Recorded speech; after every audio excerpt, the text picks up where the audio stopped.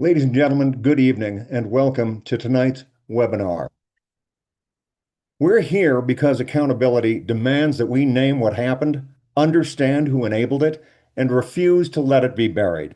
My name is Pete Shin. I'm the Associate Director of Epstein Justice, an organization committed to establishing congressional accountability for Jeffrey Epstein's criminal network and the powerful institutions that protected it. Tonight's speaker needs little introduction, but he certainly deserves one. Nick Bryant, in addition to being the director of Epstein Justice, is an award-winning investigative journalist and author best known for the Franklin Scandal, a meticulously documented account of child sex trafficking with ties to the highest levels of American power, a book that set the standard for what serious, courageous journalism on these subjects looks like. Nick's continued that work with his investigations into Jeffrey Epstein's deep ties to U.S. and foreign intelligence agencies, research that has only grown more urgent in light of the recent DOJ files releases. Following this presentation, we'll get Q&A, so please feed your questions to YouTube and we will get to them afterwards. Please join me now in welcoming Nick Bryant.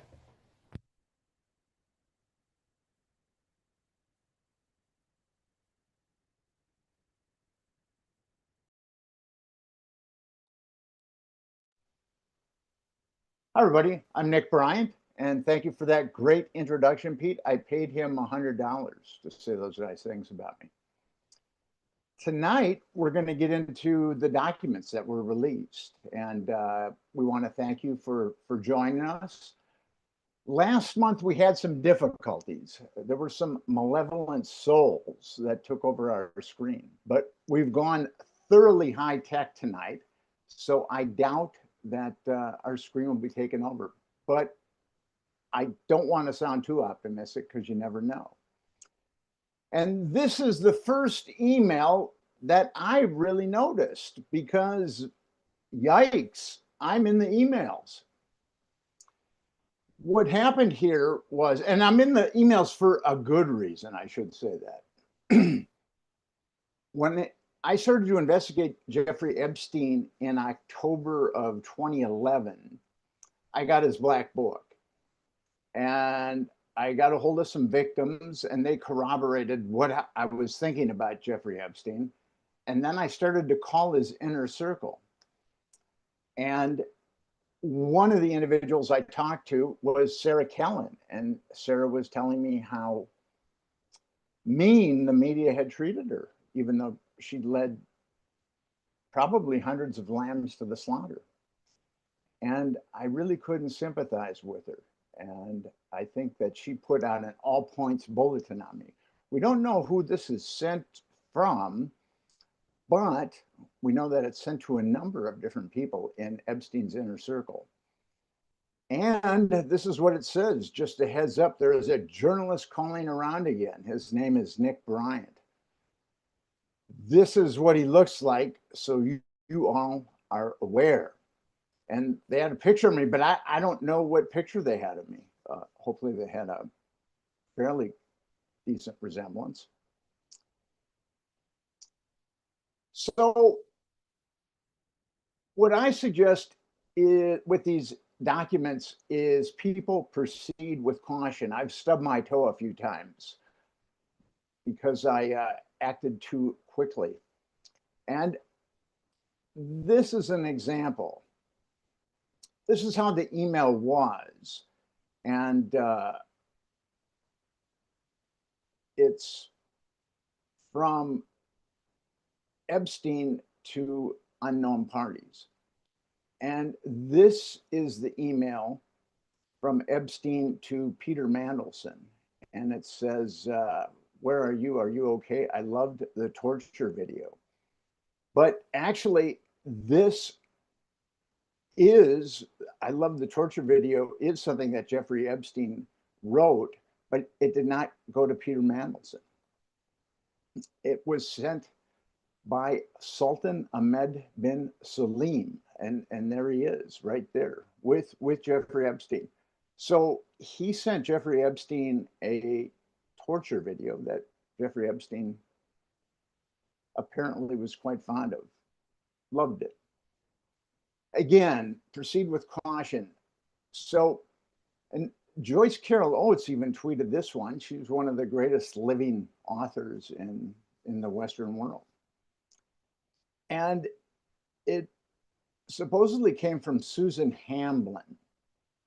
I will send fresh muffins down with Karna.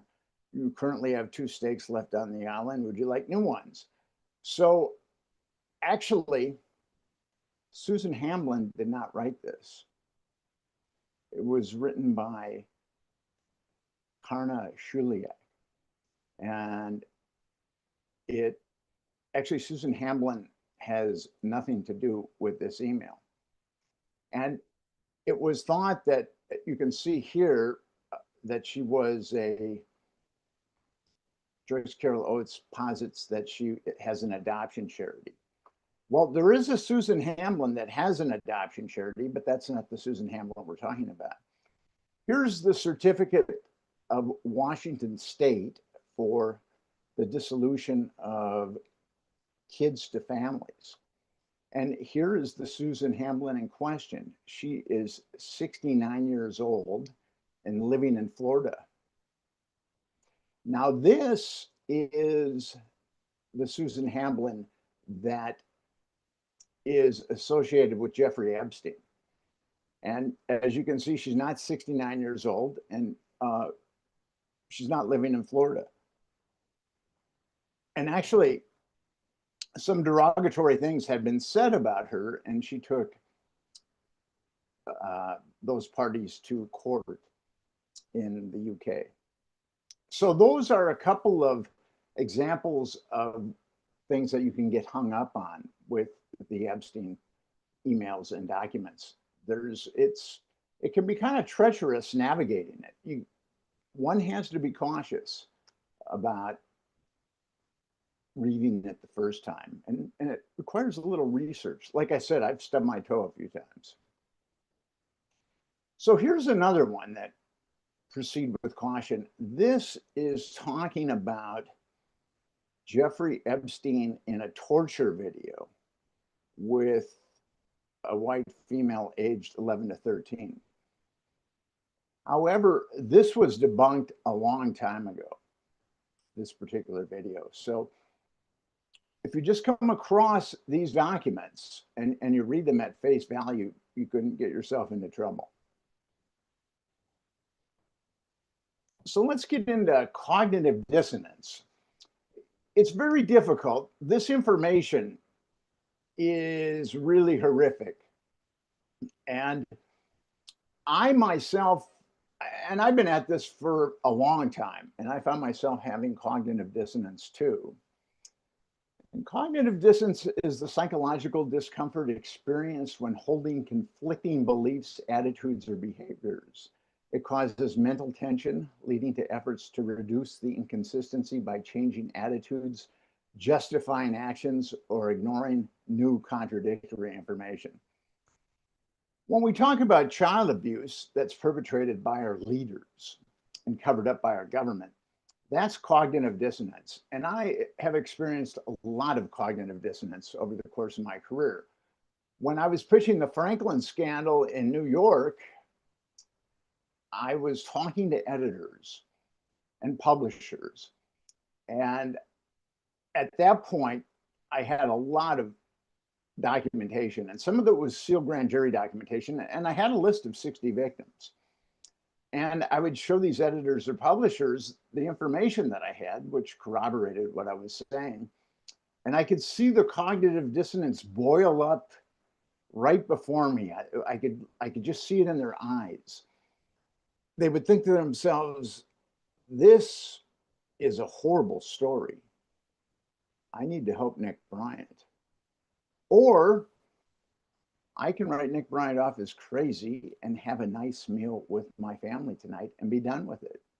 And actually, every editor and publisher went that route. There was a publisher that kept talking about libel, but I was kind of surprised. I knew most would, but given the horrific nature of these crimes, I wasn't thinking that all would. So I was, with the Franklin scandal, I was a little ahead of my time, I think. Hannah Arendt coined the term the banality of evil. And she was talking about how very evil people can just look so completely plain.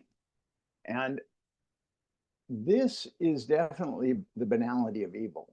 This is from, it's an email from Mark Tramo. He's got an MD and a PhD, and he's a UCLA neuroscientist. And he wrote to Epstein, was just reading today that newborns will suck on a particular pacifier more vigorously if it triggers playback of a recording of his or her mother's voice than another woman's voice. So we've got someone that's talking about getting an infant to suck harder with Jeffrey Epstein. And that, I believe, is, and this is what he looks like. It's definitely, he looks like a well-adjusted sort. It's the banality of evil. And it just so happens that Tramo was removed from the UCLA website, and UCLA is not re-upping his contract. So it never ceases to amaze me how evil people can be, but some of them are very evil, but they fit in with the rest of us and they hold high positions, like in politics. And we'll get into some of that. With these documents, they talk about multiple perpetrators. And I'm familiar with this report. And a photo shows a girl, her face visible, who looks pubescent with medium-length dark hair. Several Caucasian men are holding the girl's legs spread open. And I won't go any further than that. But yes, there were multiple perpetrators in a number of the documents. This is a deposition from Virginia Giuffre in 2015. Jeffrey Epstein has told me that he slept with over 1,000 of Brunel's girls. Brunel was one of his partners that ran a modeling agency.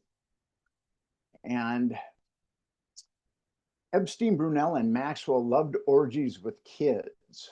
That is, having sexual interactions with many young teenagers at the same time. Sometimes as many as 10 underage girls would participate in a single orgy with them.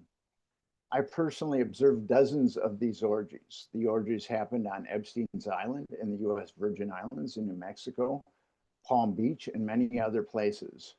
Most of the girls did not speak English. It was my understanding that the girls had been persuaded to come by Brunel, offering them illegal drugs or a career in modeling. Brunel was one of the main procurers of girls. So this is definite information that Jeffrey Epstein and Ghislaine Maxwell did not act by themselves. That there, in fact, was a conspiracy, despite what our government maintains. And the documents talk about heavy physical abuse. And this is about Leon Black. Actually, Thomas Massie named him as an alleged perpetrator today. And the girl was 7 to 8 years old.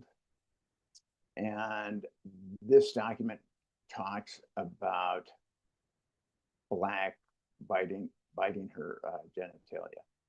It's really a horrible, but Leon Black's name has come up repeatedly with Jeffrey Epstein. And there were extremely sadistic pedophiles that Jeffrey Epstein pandered small girls to, underage girls. So let's get into child abuse material. This is from Newsweek, May 7th, 2025.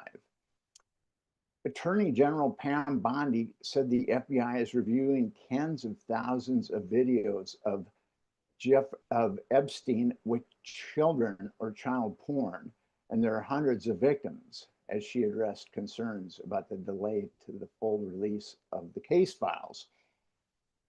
So Pam Bondi walked that back.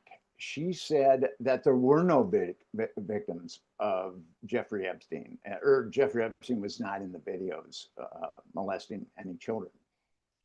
And it's truly unfortunate that the government and Pam Bondi have to play this way. But here's Pam getting busted in a lie. It happened last week. She was testifying before the House. And she said that she would be more than willing to talk to any victims that have come forward. And these victims stood up and raised their hands. And none of them had been talked to by the FBI. And here's Pam Bondi looking very smug because she just got burned with a lie. And child abuse material. Here we have a JPEG of an 11-year-old that was sent to Jeffrey Epstein. And unredacted Jeffrey Epstein files reveal sickening revelation about a 9-year-old as GOP lawmaker threatens to expose names. Now, I don't know. There was a formatting issue, and the girl was 19 years old. But because of the formatting issue, it had a equal sign and then 9. So I don't know if Raskins was referring to that document and he made a mistake, like a lot of people would with that document, or he actually saw a picture of there was pictures of a 9-year-old. But pictures of an 11-year-old is pretty. Ooh. And this is Epstein being cautious. I think his 13 months in jail, although he dressed the jail up like the Taj Mahal and he got to go out 12 hours a day, he sent this to Karna Shulayak. And Karna was kind of the Epstein or the Maxwell in Epstein's latter years. And he says, please don't send me porno links. I don't know how old these girls are, and I want to be careful that they're all over 18. So this is from February of 2013, and he's being cautious. And here is the same email from 2013, but then this one with age 11 is from 2016. So Epstein must have gotten comfortable with his former computer behavior or internet behavior, because I don't see him reprimanding the person that sent him this email.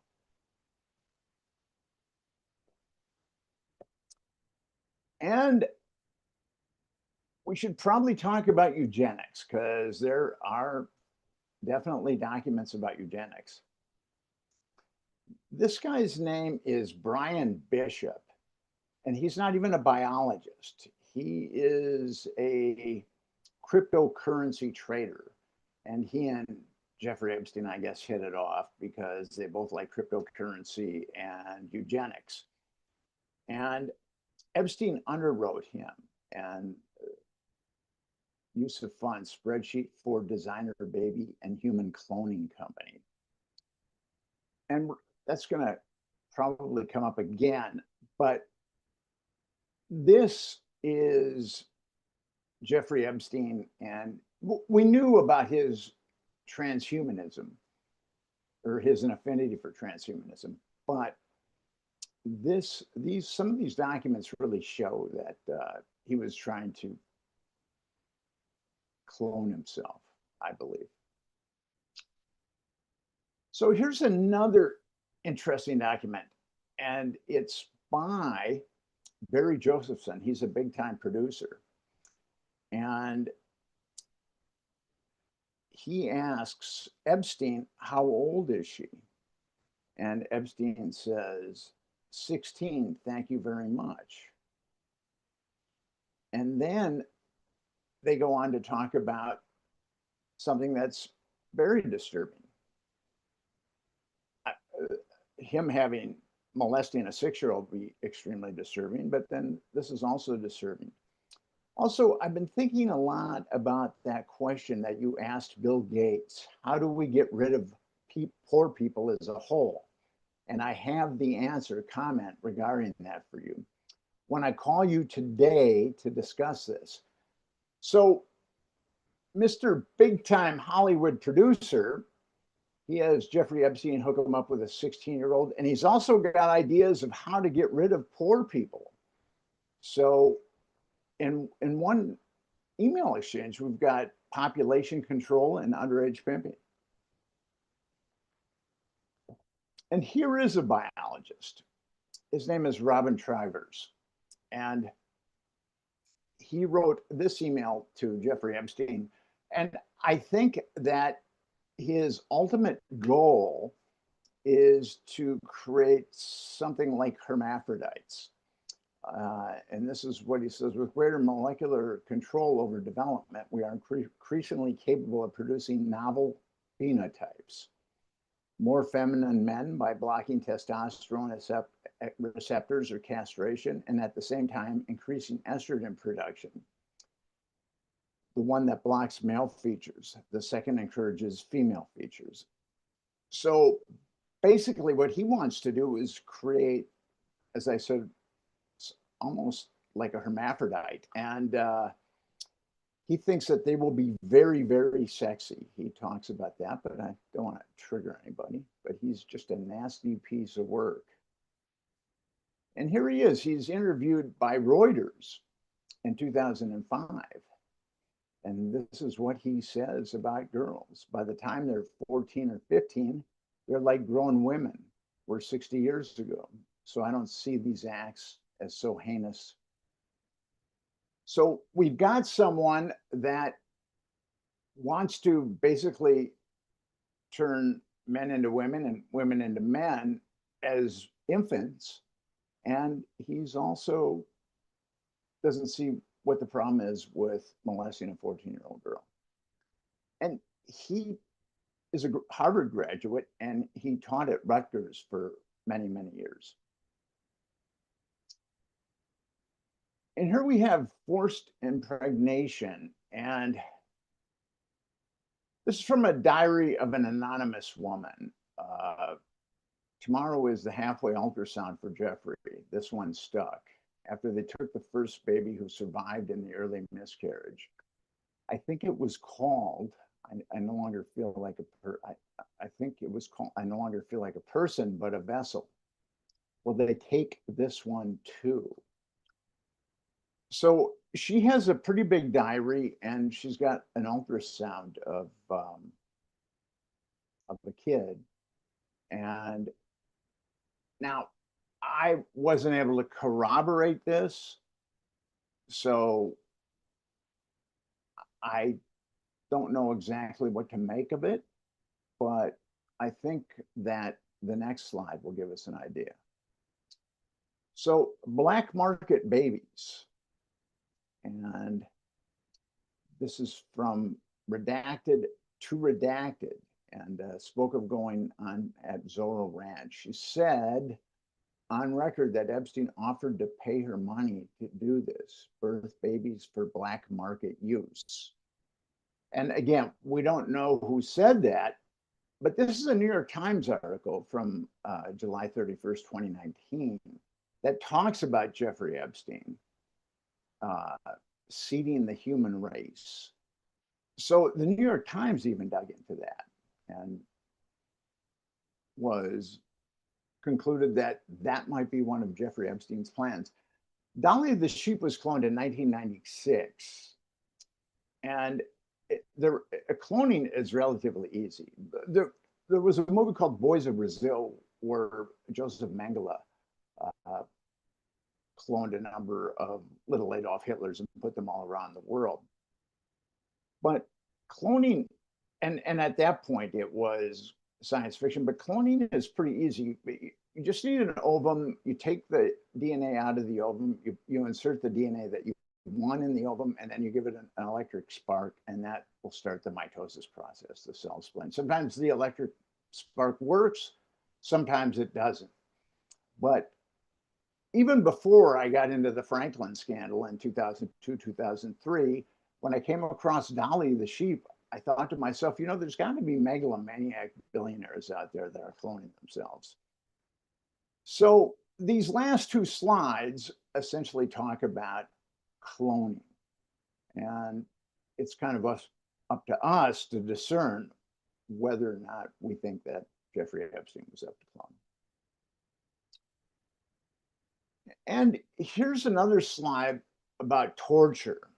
And Epstein says, or Martin Nowak, he teaches law at Harvard. He says our spy was captured after completing her mission. And then Epstein says, did you torture her? So I sent Martin Nowak an email. I said, my name is Nick Bryant. I'm a journalist, and I emailed you earlier, but you haven't returned my email regarding the attached email that you sent to Jeffrey Epstein. I would like to know if you and he were referring to literal torture. And if so, were you torturing an adult or a minor? Best, Nick Bryant. And he hasn't gotten back to me. I've sent him a couple of emails. He's not very gracious, if you ask me. And this is an email from Epstein's brother. And he says, do you know the name of the gynecologist that you used to send your victims to? So actually, Mark Epstein is calling Jeffrey Epstein's victims of perpetration victims, and which I thought was kind of interesting that he would refer to his brother's predatory behavior. And he said, yes, many years ago you used, and Epstein responds, New York, and he goes, yes, many years ago you sent them to a gyno in New York who once commented something to the effect that you were keeping him in business single-handedly. And I wrote an email to Mark Epstein, and I said, my name is Nick Bryant. I'm a journalist. I'm double checking on whether or not you sent the attached email to your brother, Best, Nick Bryant. And I did get an email back from Mark Epstein, and he said that he only really talks about his brother's death. But I thought it was nonetheless gracious for him to return my email. There's a lot of allusions to different types of food. And I think that some of them have gone a little wild on the internet. Steaks come up, and Jeffrey Epstein was fond of steaks. And here is redacted to Epstein. I hope you're having fun in Harvard. Is there any steaks or meats you would like ordered from Lobos and packed tomorrow? So Lobos is a meat market in New York. And I don't think that they would be getting victims from Lobos. And here's an email about steaks. The steaks were to go with JE on the plane. Sit here in the freezer is suggesting. Okay, so go purchase one steak, ribeye or New York strip from Gourmet Gallery, and have them vacuum sealed. So I don't think that Jeffrey Epstein is vacuum sealing victims. I think that this is actually about steaks. You've got Lobos, you've got Gourmet Garage, and you've got vacuum pack. So I kind of concluded that this is not a code word. And then there's a lot of talk about muffins too. And Jeffrey Epstein likes muffins. And this email says, are you eating muffins again? He likes our muffins so much he can't stop. He tried, but they are too good. And then that's from Julia Santos, who is one of his henchwomen. And this is from Sunam Dam, who's also one of his henchwomen. And there's nothing that will expire quickly, and all the ingredients will be ready tomorrow. And we'll get in on this in the airplane this Friday. So I believe that they're talking about muffins and girls. And this is from Quina Suliak, who is, as I said earlier, kind of replaced Ghislaine Maxwell. And she says, girls, how is it possible that after all the food discussions, Jeffrey's muffins, the only item that was supposed to be packed, were left in the house while all of you were sitting around? And this is another email about muffins. Mr. Epstein wants you to make a batch of muffins with almond flour. Use the same recipe and add 1 cup of almond flour in addition to everything else. Please have a few regular muffins that you will always make as well. And here we have an email from Karna, and we don't know exactly who she's sending it to, but she just, hello everyone, just for your information, Mr. Epstein is back to eating his muffins for breakfast. So it seems that Epstein might have had a muffin addiction with his other addictions. And then this is an email to Eva Dubin. And Eva Dubin is married to Glenn Dubin, and they're both perpetrators. So when I first saw this one, it kind of stuck out. But Eva Dubin says, I ran out of muffins this morning, and I do not know how I will survive without them. Do you have any ideas of how I can get more? And then this is from Redacted. Hi, Eva. I'm waiting to hear back from Sonam, who is to make muffins. And again, Eva is out of muffins, and Velson, that's one of Epstein's helpers. I think he's French or from France. Belden is here and has made you muffins. Jojo will deliver the muffins to your apartment shortly. They will need to be placed in your refrigerator. And also, here's one. We will have 6 muffins dropped off with your doorman today. So I don't think they're putting victims in refrigerators, and I don't think they're dropping off victims with the doorman. And this is from Leslie Groff, another henchwoman of Jeffrey Epstein. And it's in French. I believe that Jeffrey Epstein found the muffins that he liked so much in France. But this is the translation. Hi, Belson. We have 5 each of ingredients you need. We'll make sure to have them on the plane to Paris so you can make lots of delicious muffins for Jeffrey. So, as Sigmund Freud said, sometimes a cigar is just a cigar, and sometimes a muffin is just a muffin, and sometimes a steak is just a steak. But sometimes a shrimp isn't a shrimp. And this is an exchange between Oliver Colomb, he's a French diplomat, and Epstein. And it's obviously in code. And Jeffrey Epstein says, I told you on my island with an aquarium of girls. So Jeffrey Epstein is telling Oliver Colomb that he has an aquarium of girls. And I think that that's ultimately going to set up the metaphor.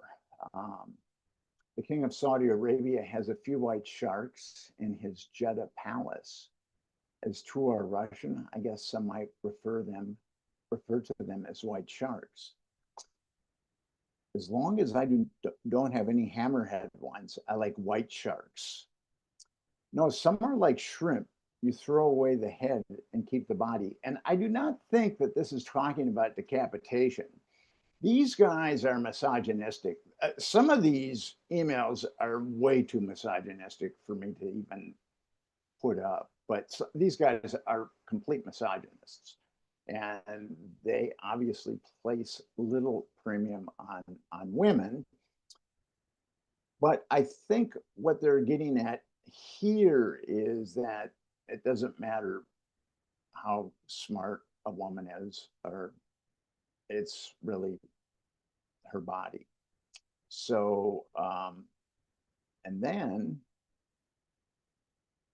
he says, Oliver Klum, I can't even think of, or he says, but not so much if it's too pink, although I'm definitely more into white than any other color. I like your philosophy.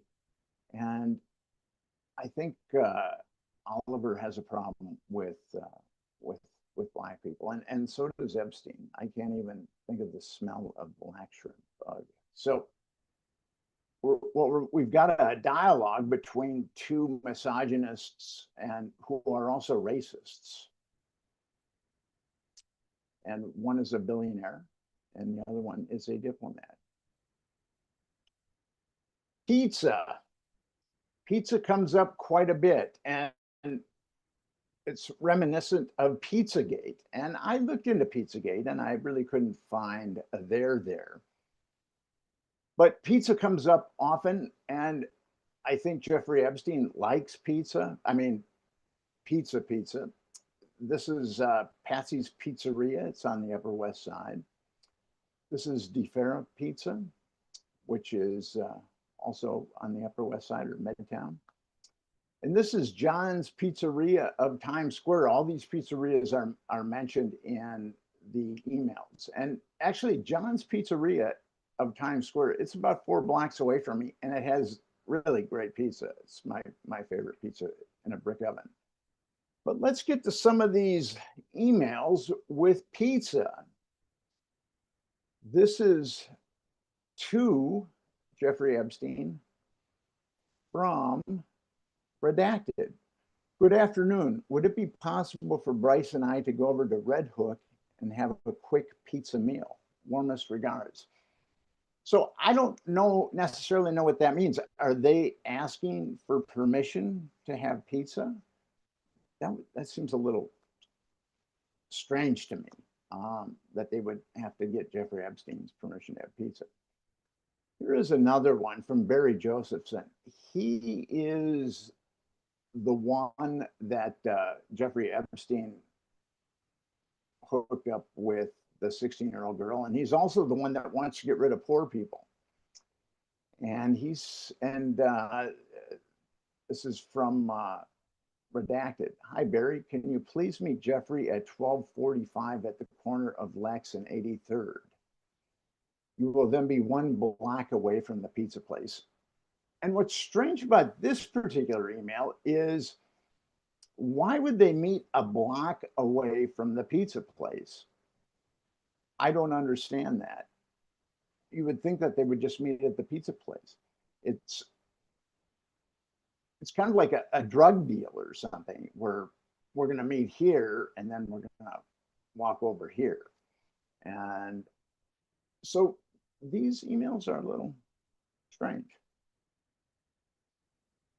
And this is from Bobby Slayton, the actor, leaving tomorrow morning early. And yes, of course, we will be there at 4. You need pizza or anything?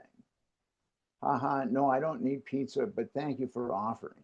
See you at 4. And this email is alert, order pizza. And that's all it has. It doesn't have a body.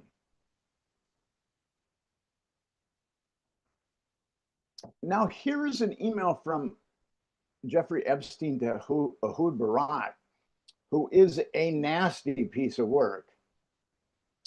Virginia Giuffre named him as one of her perpetrators. And the fact that the subject line is slicing pizza, I equivalent people that I don't really understand what Ehud Barak's getting at here. But just the fact that Ehud Barak and Jeffrey Epstein are talking about slicing pizza is a little disconcerting. And here we have a subject, the pizza monster. You mean radiating a soft glow with the look of bliss and excitement. Yeah, that's pizza. So I don't really, I mean, I like pizza, but I don't really look at pizza in that way. It's very strange email. And here, this one is redacted. And the individual, and it's to Jeffrey Epstein. This is better than a Chinese cookie. Let's go for pizza and grape soda again. No one else can understand. So that seems to be a code. Pizza and grape soda. No one else can understand. And this is from Harry Fish. He's an eminent urologist in New York City. And he says, what time do you want to go to get pizza and grape soda tomorrow? And actually, he asked Jeffrey Epstein for pizza and grape soda on March 31st, 1918, or 2018, and on April 7th, 2018, on May 24th, 2018, June 3rd, 2018, and June 17th, 2018. So Harry Fish is obviously into pizza and grape soda. And I thought I would ask Harry Fish about it. And I called him up. I got his cell phone number. I called him up and I left a message. And he didn't get back to me. Kind of like the Harvard professor. So I sent him a text and I said, hi, Harry, my name is Nick Bryant. I tried phoning you, but your voicemail box was full. I'm a journalist and I've been looking through your various communications with Jeffrey Epstein. You two certainly like pizza and grape juice. I meant soda. For my personal edification, I'd like to know what type of pizza is your favorite and what brand of grape soda would you suggest? And he just hasn't gotten back to me. I was going to text him today, but I got very busy. So that's the story of Harry and me, and that's the story of Jeffrey Epstein and pizza. What I've shown you, you can kind of discern whether or not you think pizza is a code word. Now, here are two documents about witnessing murder, and they've really made a splash on the internet. But actually, I think both of them are highly problematic. I tried to find Brian Miller, who was talking about Ghislaine Maxwell recruiting a model and also turning her into a sex slave, and Prince Andrew was an accessory to her death as he tortured her. I really looked very, very hard for Brian Miller, and I kind of had a beat on where he was living, but I could not find him. Is there a Brian Miller out there? This is from the U.S. Southern District, and I just don't know what I can make of this document. Now, this one has gotten a lot of fanfare too. It's from Eddie Aragon, and it's talking about some very nasty things. Two foreign girls were buried on orders of Jeffrey and Madame G. Both died by strangulation, and then it gets into various child sexual abuse material. But here's the problem. This is, as I said, from Eddie Aragon, and it was sent to him from someone who we don't really know who it is, but this guy wanted one Bitcoin from Harry Aragon to give him this material. And I called up Eddie Aragon, but I couldn't reach him. So both these documents about witnessing murder by perpetrators are both problematic. And here's an FBI report that says Epstein is in the Mossad. And it's from a confidential human source, CHS. And it gets into Dershowitz and Epstein and the Mossad. But here's the problem with this.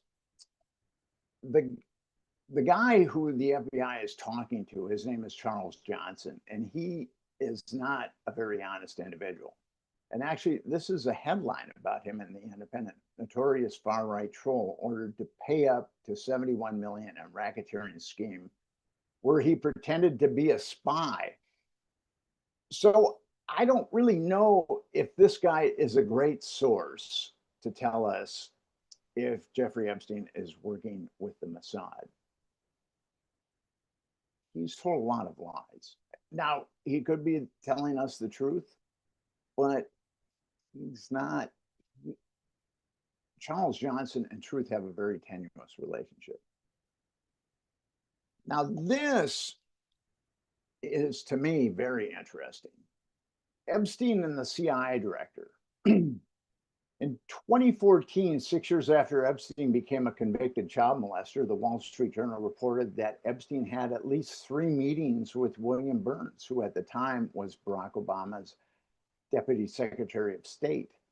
Burns would be elevated to CIA director in 2021 by Joseph Biden.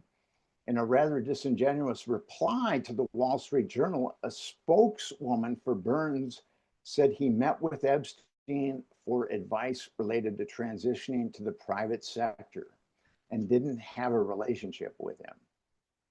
But that's not really what these emails say.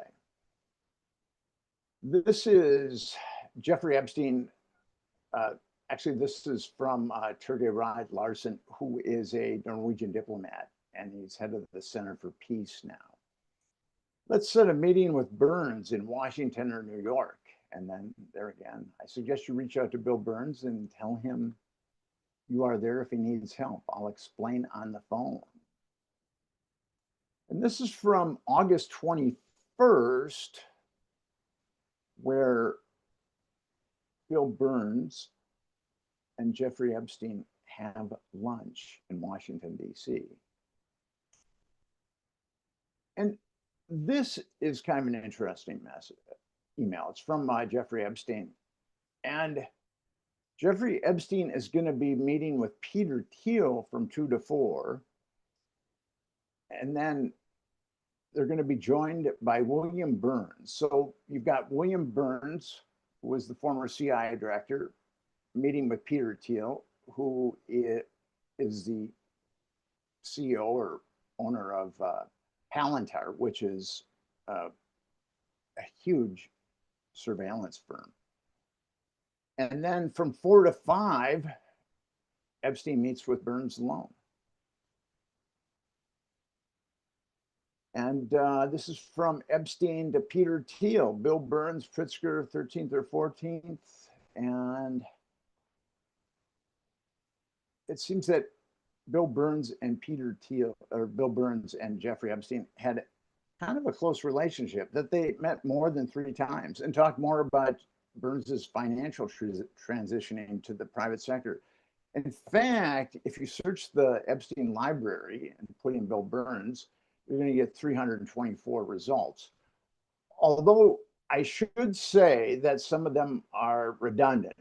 And that's the problem with a number of these documents is if you do a search on them, you'll see a number of redundancies. But 324, that's up there.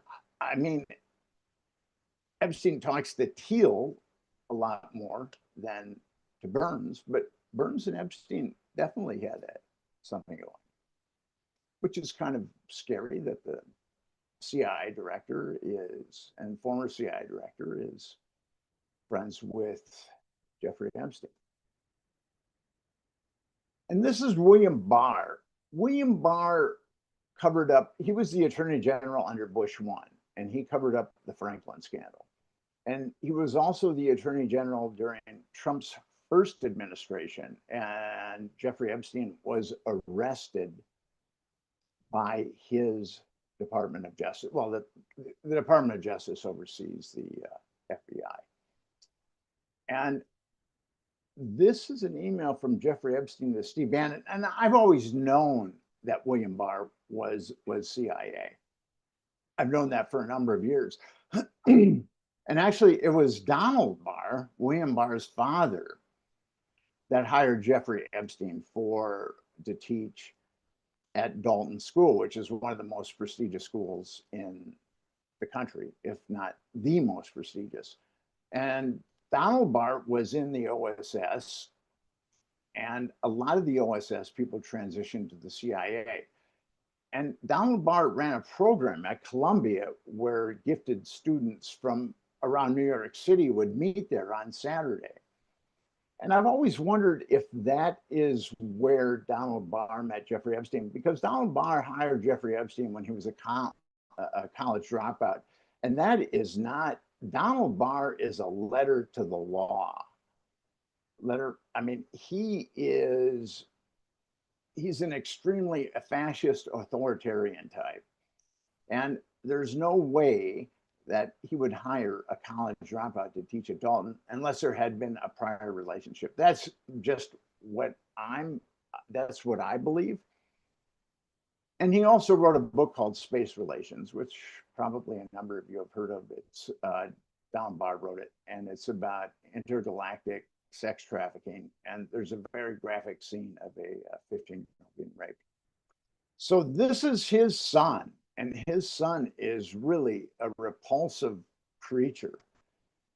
And if you want to dig into William Barr, there's a lot of stuff on the internet that talks about his nefarious life. But at least Jeffrey Epstein and I can agree on one thing. Bill Barr is CIA.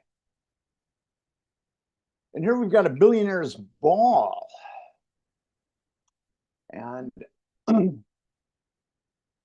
it's from Epstein to Peter Adia, who just resigned from, I believe it was CBS or some major network.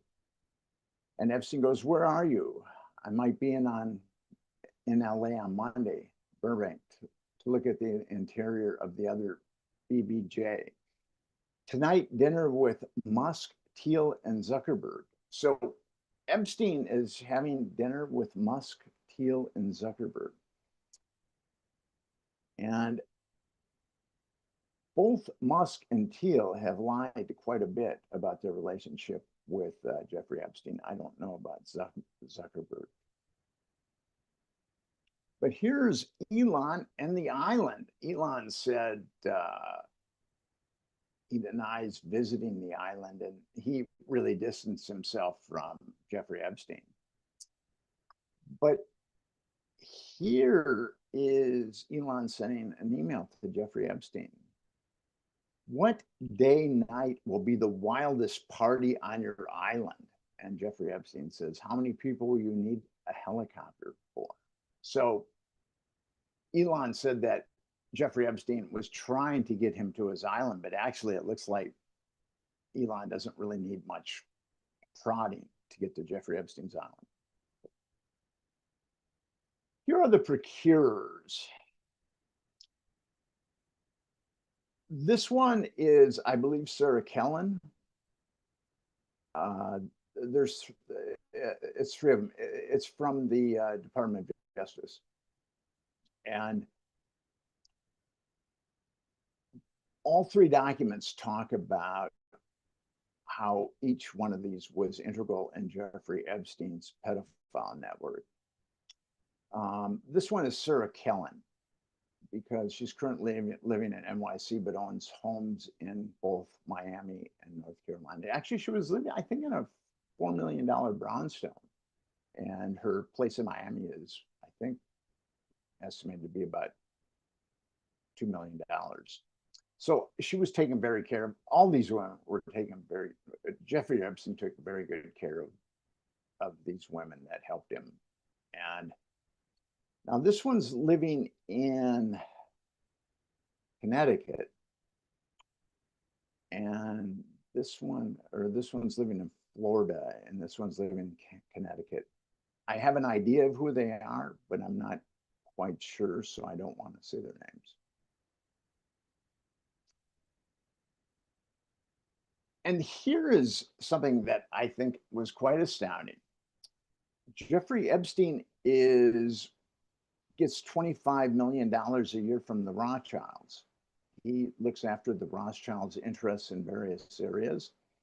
So we've got Peter Thiel, we've got Jeffrey Epstein, we've got Elon Musk, and now we have the Rothschilds, which goes to show the upper crust is a bunch of crumbs held together by dough. And now we have the big academic, Noam Chomsky. The Chomskys love Jeffrey Epstein. And this is from Noam.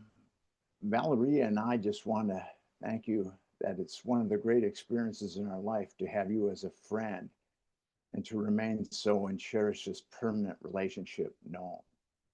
So Noam loves Jeffrey Epstein. Noam is not a nice guy, and he wrote a book in the 80s called Manufacturing Consent, which was a very good book. I mean, a lot of people were edified by it, including me when I was going to college. But as I learned more and more about Noam Chomsky, I realized that he's not a good guy. I know someone who received a PhD in linguistics, and Noam Chomsky made his name in linguistics. He said that there's 3 innate mechanisms that humans use for speech. And my friend wrote that those 3 mechanisms are definitely part of it, but my friend said it was a little more complex in his doctoral dissertation. And Noam's minions went after my friend with a vengeance. And then I realized Noam, probably not a very good guy. And this kind of confirms it. Getting back to Sarah Kellen, she wanted to make a deal. And she hired this attorney. And we feel given the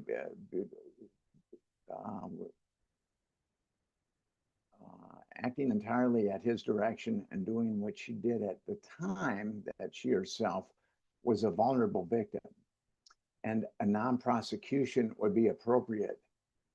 So Sarah Kellen has actually reached out to the feds and said, I want to make a deal. And for some inexplicable reason, the feds respond, but this is in March, and then the feds respond in December. Now, there might have been some communications in the interim. I'm pretty sure there was, but this just kind of fizzled out. And Sarah Kellen could have given the Department of Justice everything. She knew everything about Jeffrey Epstein and his pedophile network and all the girls. I mean, and this really does show that the feds could have broken this thing open in March of 2020 if they really wanted. And here we have the 10 co-conspirators. So the feds have the names of 3 procurers. Sarah Kellen is one that came forward. And here are the 10 co-conspirators. 3 have been located in Florida, served with grand jury subpoenas, 1 in Boston, 1 in New York City, and 1 in Connecticut. And then a wealthy businessman in Ohio.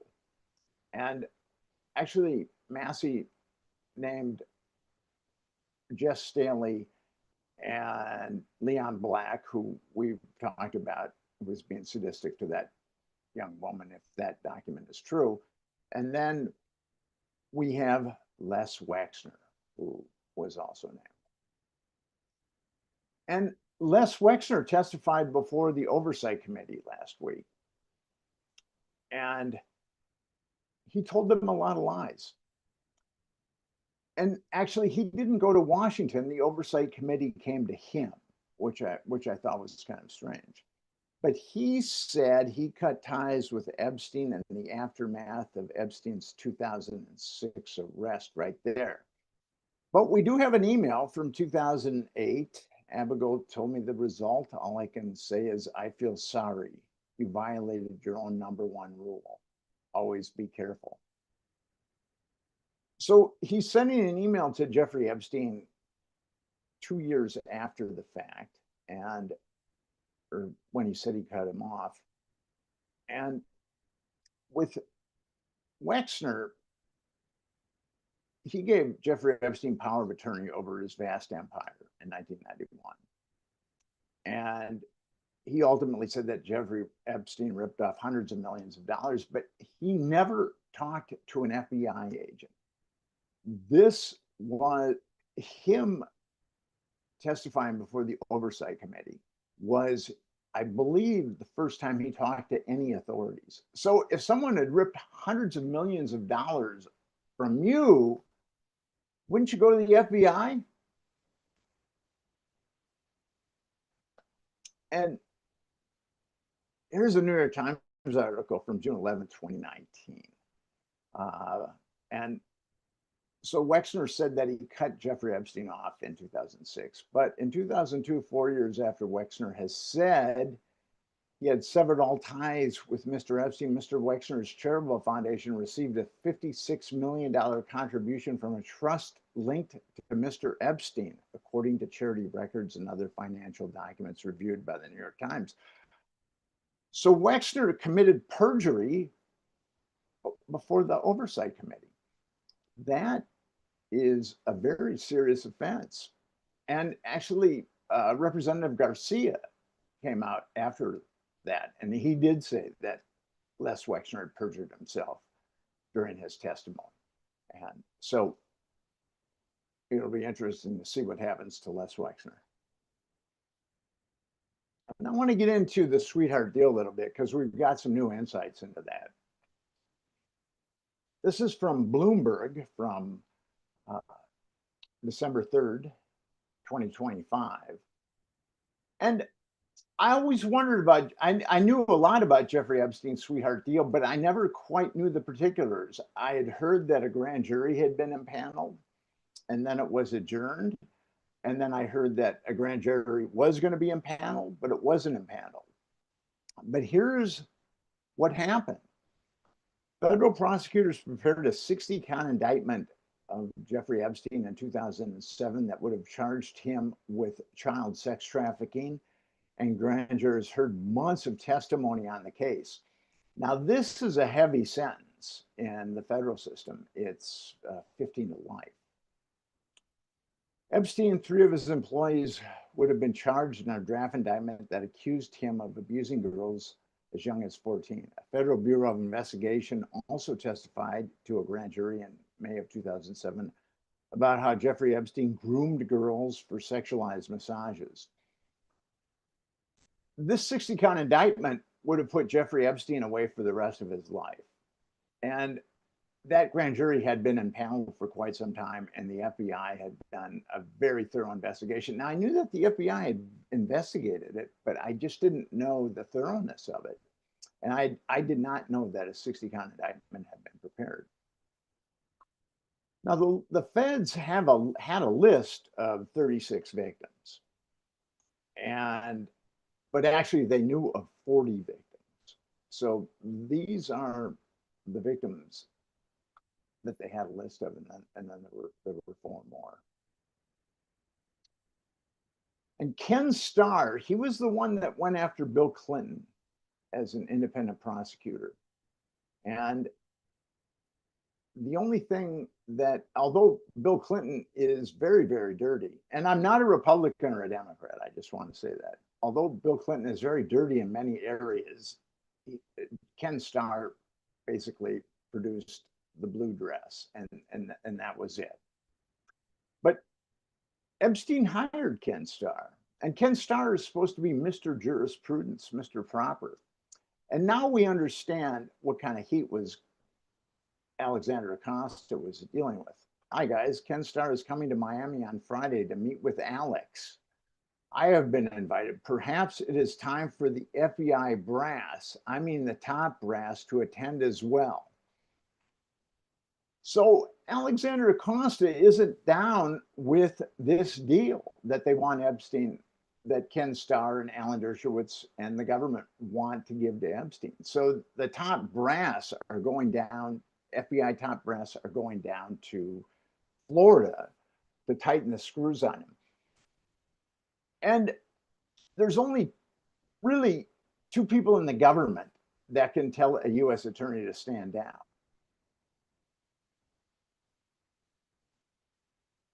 And one is the attorney general and one is the president. So one of these two had to have told Ken Starr to stand down. And I can't imagine an attorney general covering up a pedophile network unilaterally. So I believe that Bush 2 was the one that told Jeffrey, that got Jeffrey Epstein his sweetheart deal in 2008. So we need arrests. That's what we need. There's Prince Andrew in his natural habitat, molesting a minor. And here's Prince Andrew after being arrested. Now, if you look at his face, this is the face of someone who thinks he's above the law and doesn't think he's going to get arrested. And none of this has to do with his molestation of children, but rather it's giving Jeffrey Epstein military secrets. And again, Lord Mandelson, here he is in his natural habitat talking to Jeffrey Epstein, and here he was getting arrested last week. And he gave Epstein some inside information on the euro, and it was financial stuff. So I'm going to let Josh, our director of marketing, take over at this point.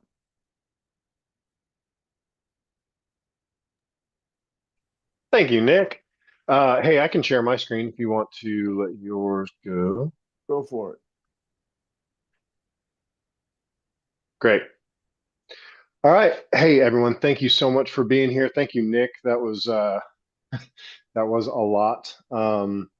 Yeah, I just want to dive into what we want to do about this. So Nick has talked about all of the things that are completely outrageous and infuriate all of us, I know. But what we're all here for is we want to actually be able to do something about this. So 2026 is a big year for us. It really, in my opinion, is our absolute best opportunity to actually make this dent that we want to make and be heard in the on Capitol Hill. So the reason I say that, every seat in the House is up for election in 2026. Half of the seats in the Senate are up for election in 2026. All of these challengers on both sides of the ticket. So the challengers for the primary coming up, but also the challengers in November for those incumbents, those challengers are all eager to hear from us. Unlike the incumbents in Washington, who are already in Washington and already comfortable and have been very difficult for us to get in front of, these challengers who are up, wanting to earn our votes and wanting to win their way into office are far more willing to hear from us and far more willing to respond. We also find this funny thing that before people get in Washington, they tend to be more open to exposing this whole thing. Once they've been in Washington, all of a sudden they start shutting down. So we have an email that we want all of you to send. Everyone who is, you can, I'll explain later how you can get there, but basically we want you to find out who the challengers are in your district to your congressman. And we want you to send this email to all of them. And this email basically just asks them to, in advance of coming to Washington, go ahead and pledge. If this vote for an independent investigation into the Epstein case comes to the floor, of course they'll vote yes. And if we include in there, if you believe in justice for children, this is the easiest pledge you'll ever make. This should be an incredibly easy pledge to get out of these candidates who are looking to take these incumbents positions. They want to hear from you. They need grassroots support. So that email template that I just had up there, epsteinjustice.com/send it. Send it with a hyphen or without. Either of them will work. epsteinjustice.com/send it. That's where you can get the template, modify the template however you want, or send it exactly as it is. You can send it as a direct message over social media. You can email them.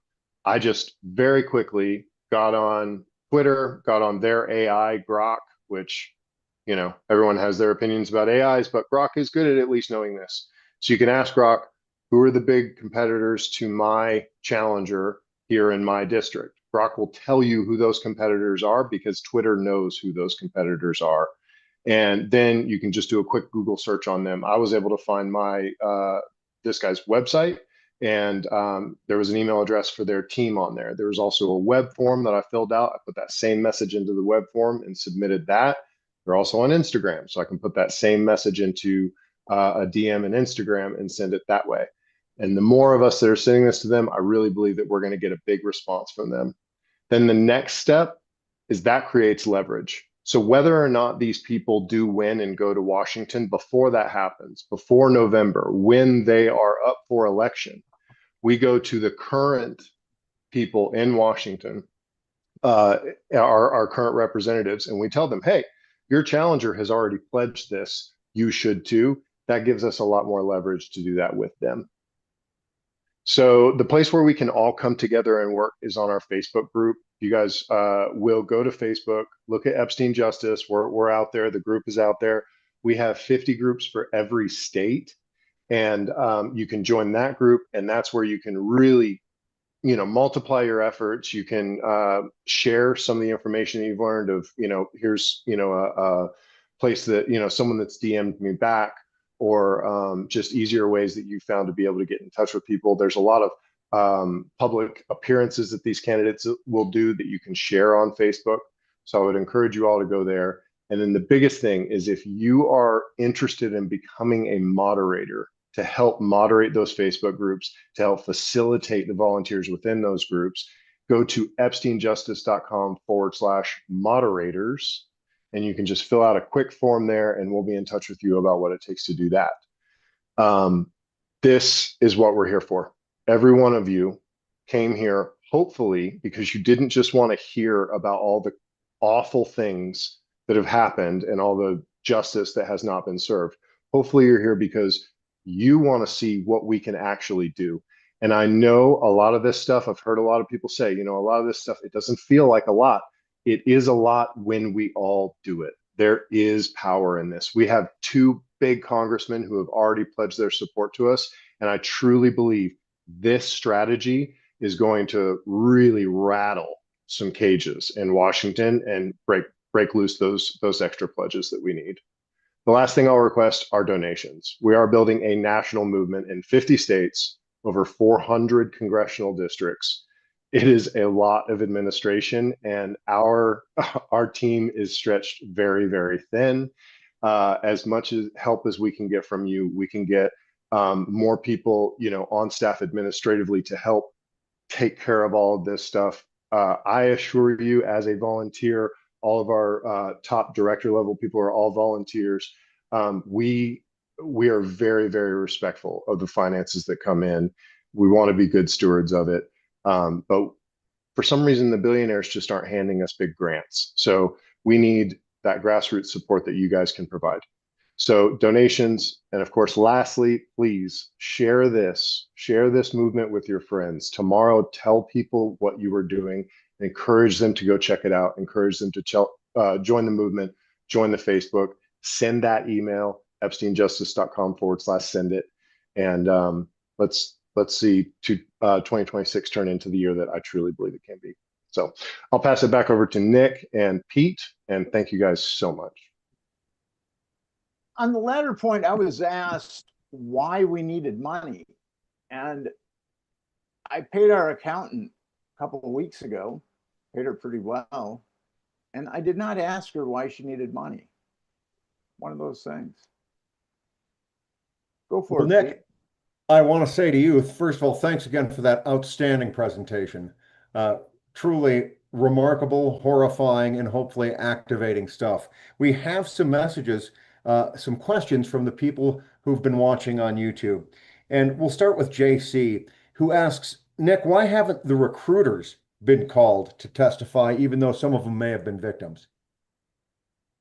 I've been saying this for years that the recruiters slash procurers, they should be indicted pretty much immediately. We know who they are, and they're used to their creature comforts. And we could impanel a grand jury next week and indict those women on multiple counts of child trafficking. Someone like Sarah Kellen could have been a victim, no doubt about it, but she led hundreds of lambs to the slaughter. And those other procurers did too. They could be indicted on multiple counts of child trafficking, which I said earlier is a heavy sentence. It's 15 to life. And they would roll over on the perps. And if our government really had a will to do this and keep the victims safe, there's a lot of victims that could testify against these guys. And so could the recruiters, procurers. So that's what we need to do. That would be the first step of getting justice. Excellent, Nick. Thank you for that answer. We have a question also from April who asks, how can you unredact the emails that are redacted? And I guess as a follow-up question, I myself would ask, is it a good idea even to try?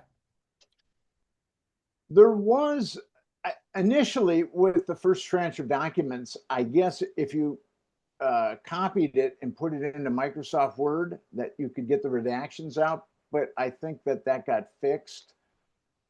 So I don't think that there's any way to unredact the redactions at this point.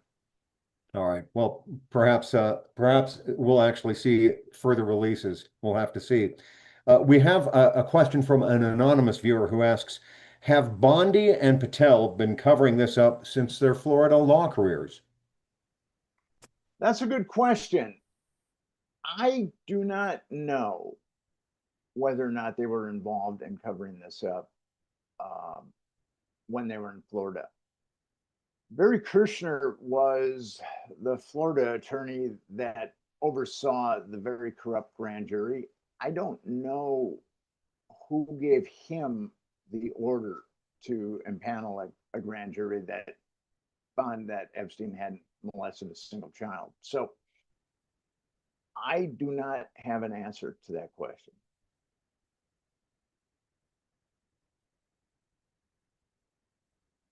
We do have more questions though, so let me ask you this. This is from Andrew. Nick, what do you think of Colin Brower and the gene editing baby farming at Zorro Ranch in New Mexico, where, as you may know, the New Mexico legislature has recently decided to open an investigation into what happened at Zorro Ranch? I think that some very, very strange things happened at Zorro Ranch. There was an Epstein victim who said that she went unconscious at Zorro Ranch, and when she came to, she was in a stirrups, and there was a female doctor harvesting her ovums. But then she said some things after that that are pretty problematic or kind of out there. So I don't think we have a really good knowledge of what went on at Zorro Ranch. We pretty much know what went on in Florida. We pretty much know what went on in New York. And we pretty much know, for the most part, what went on in the Virgin Islands. But that New Mexico ranch is like a black hole. I read emails about it, but as I said, it's difficult to know. I do believe that Jeffrey Epstein was into transhumanism and cloning. I mean, there's emails about it. So I would not be surprised if something like that was going on at Zorro Ranch. Well, Nick, let me ask you this question. First of all, could I ask you to kill the screen share? I guess we probably don't need your screen share up anymore. I'm told via chat that you can kill your screen share. But the next question that I have is from Eileen, and she asks, where did all the babies go? Now, I'm not sure the context of that question. Do you have a sense for what she's asking there, Nick? I do not. We saw that diary entry from the girl that said that they'd taken her baby away, and there's been some other accounts of that. Nick, I'll jump in. I remember seeing this. I think this was in reference to the uh, cloning Yeah. and the babies. Was it Mexico that you were talking about? Yes, New Mexico and Zorro Ranch, but I think that's what the question was. that's why we need an independent congressional commission. We need answers. These emails have brought up more questions than answers. I mean, in a way, we know how dark it. And I've been telling people for a long time, if you go into the world of Jeffrey Epstein, it's a very, very dark world. But at this point, we need an independent congressional commission to actually dig in. And that is the goal of Epstein Justice, is an independent congressional commission to basically that would have two objectives. And independent congressional commissions don't require a presidential signature, but they do require a majority in the House and the Senate. And they're whatever they're investigating is often farmed out to non-government personnel, and that's what we're going to need here to get at the truth, is non-government personnel. But what we've always wanted with an independent congressional commission, or two objectives, are to understand why the government covered up child trafficking, and we want the perpetrators to be prosecuted. Very simple baseline morality. Well, we do have some other questions that I think you can answer, Nick. And where are the following henchmen or co-conspirators now? And we'll start with Sarah Kellen. What is she up to these days? Sarah Kellen was married to a NASCAR driver. I think they're split now. She, as I said earlier, she had from what I understand, a $4 million townhouse in New York City and a $2 million apartment in Miami. So she's been taken care of very well. And I talked about the other two recruiters, procurers. One was in Connecticut and the other one was in New York or Florida. And I, because their names are redacted, which I don't think that they should be, but their names are redacted. But it would not be hard to find all the procurers. And there's a lot more. The New York Times named, in addition to Ghislaine Maxwell, Sarah Kellen, Leslie Groff, Adriana Ross, Nadia Marcinkova as recruiters, procurers. And there, you can tell from the emails that there are others too. So there are a lot of recruiters and procurers that are running around, and it's just a matter of indicting them. I mean, it'd be very easy to indict, and it would be, you wouldn't have to sweat them that hard. They would easily roll over on the curbs. Well, very good. Well, we've got just a couple of questions left, and there is still, Nick, time, if you can find a way to do it, to stop sharing your screen. So what everyone on YouTube right now is seeing, your final slide and then our little faces. Ah, you did it. Well done. There we Thank go. you. Magic. A couple more questions. Now, this is from an anonymous viewer, but people say that Epstein was a health nut who wouldn't eat pizza or muffins that often. Is there anything in your research to suggest that he was actually extremely health conscious? He traveled with a chef. I mean, he was very interested in, he had various ideas of what he should put into his body. I mean, other people have said that he was into junk food. He obviously liked muffins. I don't know how you can interpret muffins other than muffins. So he was very much into muffins, which are very fattening. He obviously tried to stay away from muffins. Um, there has been things like beef jerky that's come up, and I haven't had a chance to really look into that at this point. There's a lot going on with these emails, and just to, I mean, with one email, you can spend 2 or 3 hours just kind of looking into it, see if you can corroborate it or not. Absolutely. Now, here's one that I looked up the answer to this question. You may know it. I had to look it up on AI myself. But Richard asks us, wasn't Michael Mukasey the Attorney General when the sweetheart deal was made? And why doesn't his name ever come up? And I'll let you answer that, but I looked up the answer myself. Actually, it was Alberto Gonzalez who was the Attorney General that made the sweetheart deal. But it was ultimately Bush, too, the cognitively challenged George Bush, that was the one that must have directed Alberto Gonzalez to direct Alexander Acosta to give him the sweetheart deal. Now, we have a follow-up question, which is, how involved do you believe, if at all, Mark Epstein is in any of Jeffrey Epstein's crimes? Um, I'll just leave it at that. I believe that Mark Epstein knows a lot, and he has reaped the benefits of his brother's ill-begotten gains.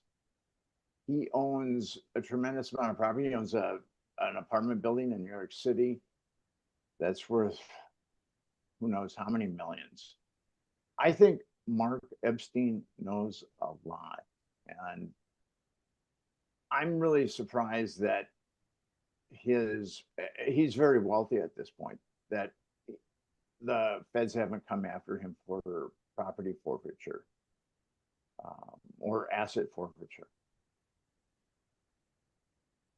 Well, Nick, that's the only question. Those are that's the remainder of the question. Those are the last question. That's the last question we've got.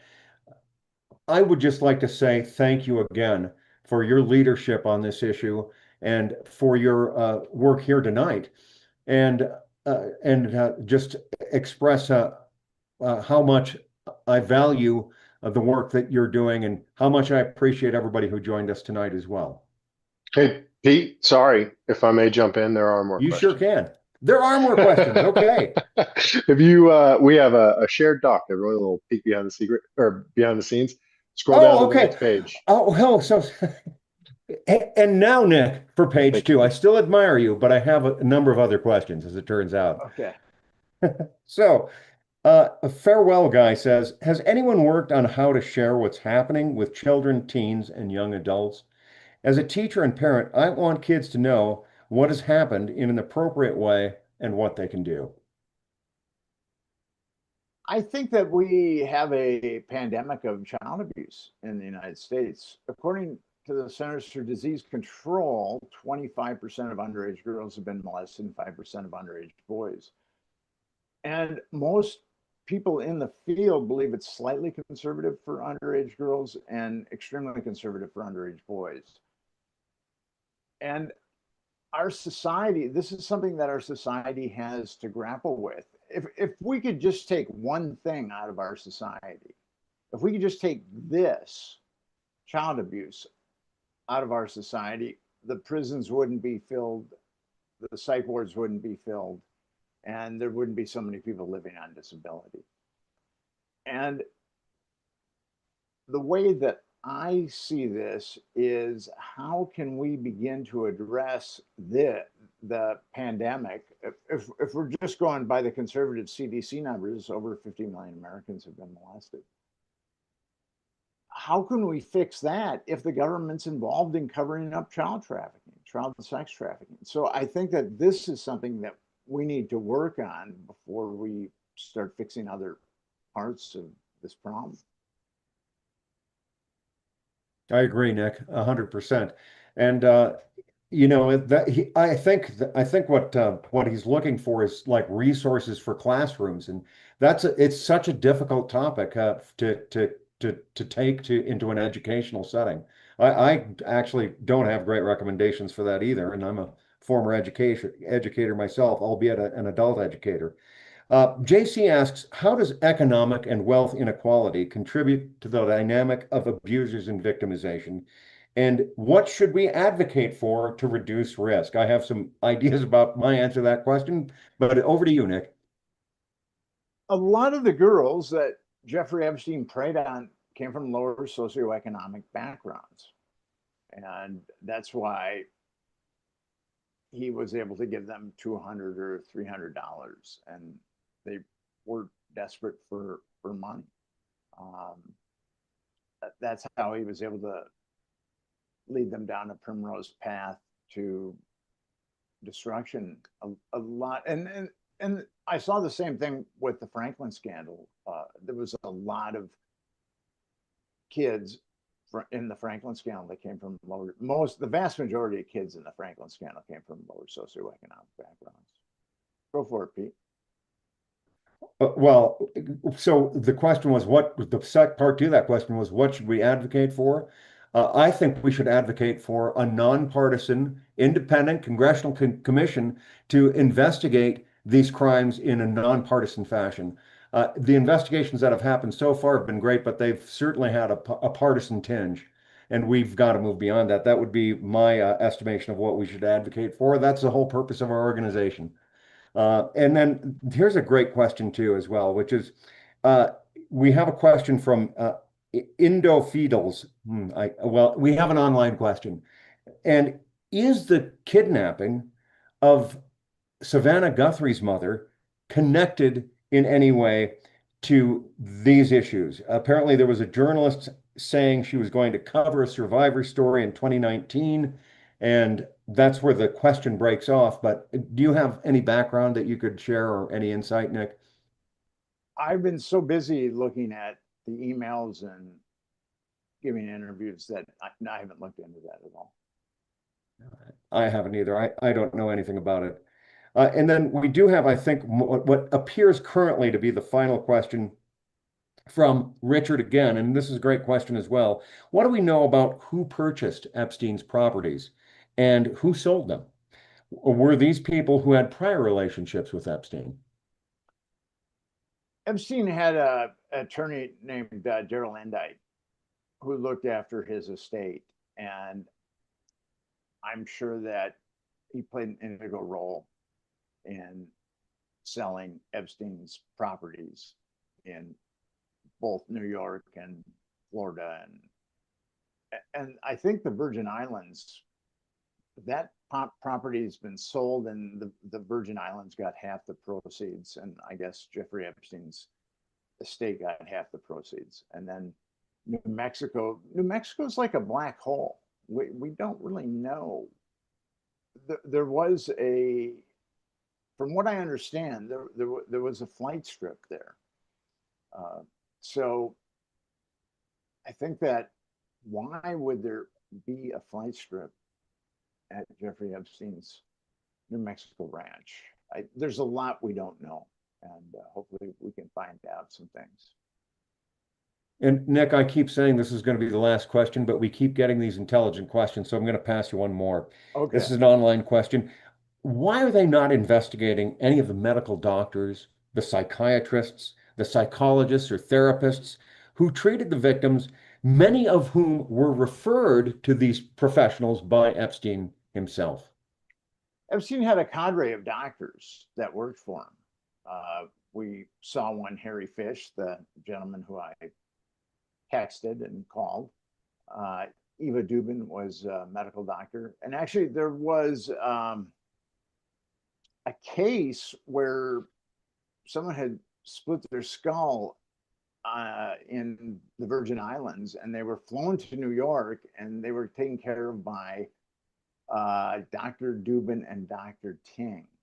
So Epstein had a lot of and then, as we talked about earlier, he had a gynecologist practically on his payroll. So there were a number of medical doctors that were affiliated with Jeffrey Epstein, and that would be another avenue to look at as far as justice. And I'm sure that they would have a lot of information if they were threatened with incarceration or their medical license being yanked. Well, I have to say, Nick, I feel like I've learned a great deal. I feel like I learn a great deal about this situation every time that I hear from you or visit with you, and I do greatly appreciate it. I will ask Josh one last time. Josh, I don't think we have any more questions. Am I correct? You are correct. No more questions. Just a reminder to everyone to visit epsteinjustice.com/send it. Find one of those challengers locally in your district and send them that email. And secondly, moderators, if you want to be a moderator on Facebook, if you want to help us with this movement, go to epsteinjustice.com/moderators, fill out a quick form, and you can volunteer there. Thanks, Josh, and thanks to everyone who joined us this evening. Nick, over to you for your final thoughts. Well, I want to thank you for joining us. We have to grow. It's up to us, really.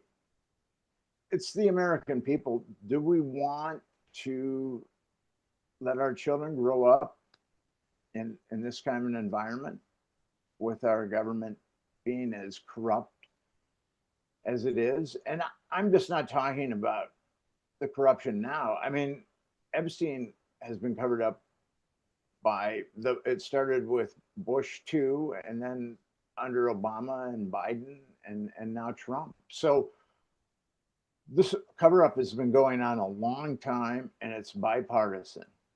And we have to clean out. And I think that with Jeffrey Epstein, this case, it's really showing us just how corrupt the government is. And trafficking children is the most heinous of crimes, and our government is covering it up. I mean, would we ever want to trust anyone that's trafficking children? We would not. So how can we trust our government to do the right thing until we get this straightened out?